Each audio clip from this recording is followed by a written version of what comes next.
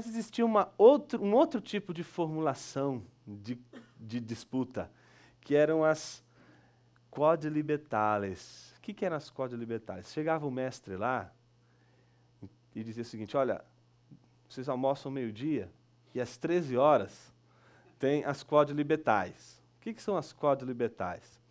As quodlibetais eram assim, todo mundo eram as disputas mais concorridas, lotavam, porque o mestre se colocava à disposição de todos para responder absolutamente qualquer questão. Ninguém sabia qual seria a questão do dia. Alguém poderia simplesmente levantar qualquer questão ali, e era a partir da questão que fosse levantada que se estabeleceria o debate, a disputa. Mas essa disputa, gente, não poderia ser feita de uma forma desordenada. Ela tinha uma regra. Ela tinha uma regra. Vou explicar essa regra daqui a pouquinho. Primeiro eu vou só falar uma curiosidade aqui. Qual é o nome? Porque Lutero escreveu em latim, tá certo? Qual é o nome das 97 teses em latim? Olha aí. Disputatio contra Scholasticam Theologiam. Aí, e o nome das 95 teses em latim?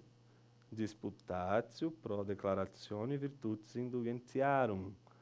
Note que tanto as 97 como as 95 teses, elas são disputas. Elas estão acontecendo num contexto de debate de argumento e que obedecem a uma tradição, a tradição das disputas. Como que era essa tradição, gente? Ou seja, você pode pensar assim, bom, alguém faz uma pergunta e eu saio falando que nem um doido, como a gente faz hoje, né? Termina a palestra, aí o aluno faz uma pergunta, o professor sai que nem doido respondendo a pergunta, né? Isso. E ele pode puxar, ele tem a maneira, cada um tem a sua maneira de colocar as questões e de responder as questões, e ele pode puxar de onde ele quiser. No entanto, a Disputatio tinha uma regra. E se alguém fizesse uma pergunta, o mestre teria que responder seguindo os padrões da resposta. Não era qualquer resposta. Mas não só isso. Não podia ser qualquer pergunta. Então alguém fala assim, pô, pode perguntar qualquer coisa? A gente fica desesperado, né?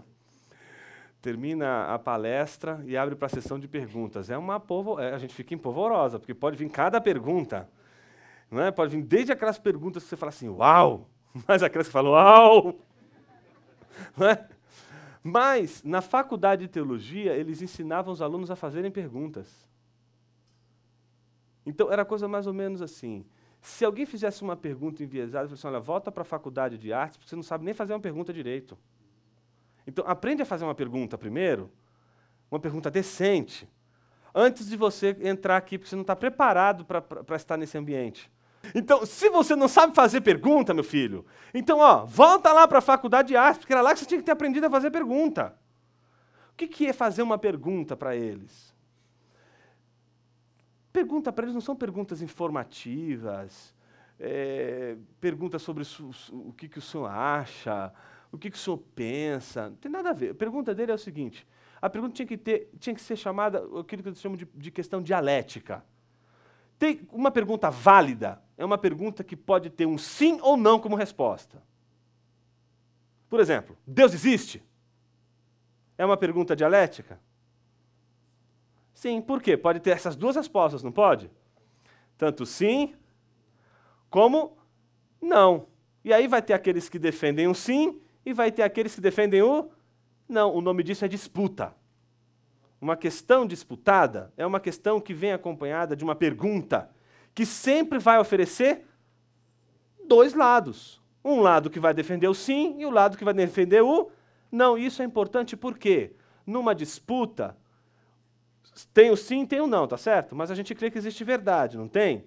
Se existe verdade, uma das duas é verdadeira e a outra é falsa. Qual que é a verdadeira? O não ou o sim dessa questão? Então, é aí que você vai ter que sempre, numa disputatio, perceber essa discussão. Agora, por exemplo, se Deus não existisse, o que o senhor faria, professor?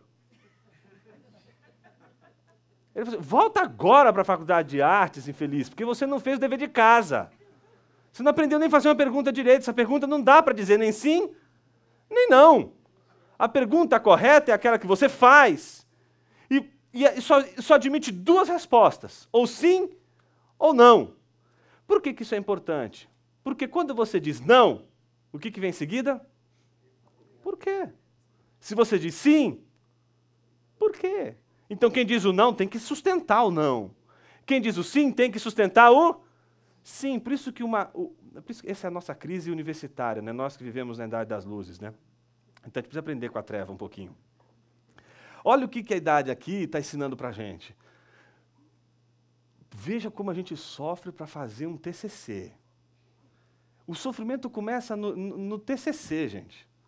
Aí o cara não aprende a fazer a pergunta para o TCC, aí não consegue também fazer a pergunta no mestrado e nem no doutorado.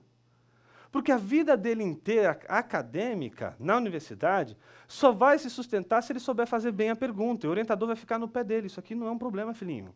Você tem que descobrir o problema. Ele fala assim, professor, eu estou bem, eu fui ao médico essa semana. Não, mas não é disso que eu estou falando.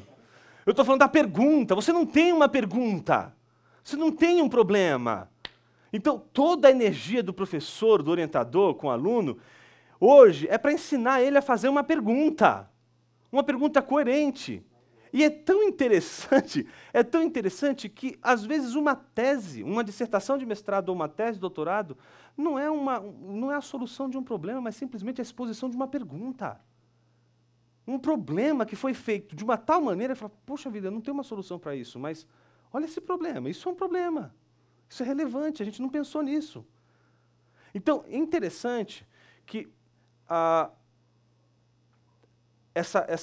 essa ideia de como a gente funciona, em primeiro lugar, fazendo questões dialéticas, questões que permitam sim ou não e que, portanto, permitam um desdobramento da reflexão.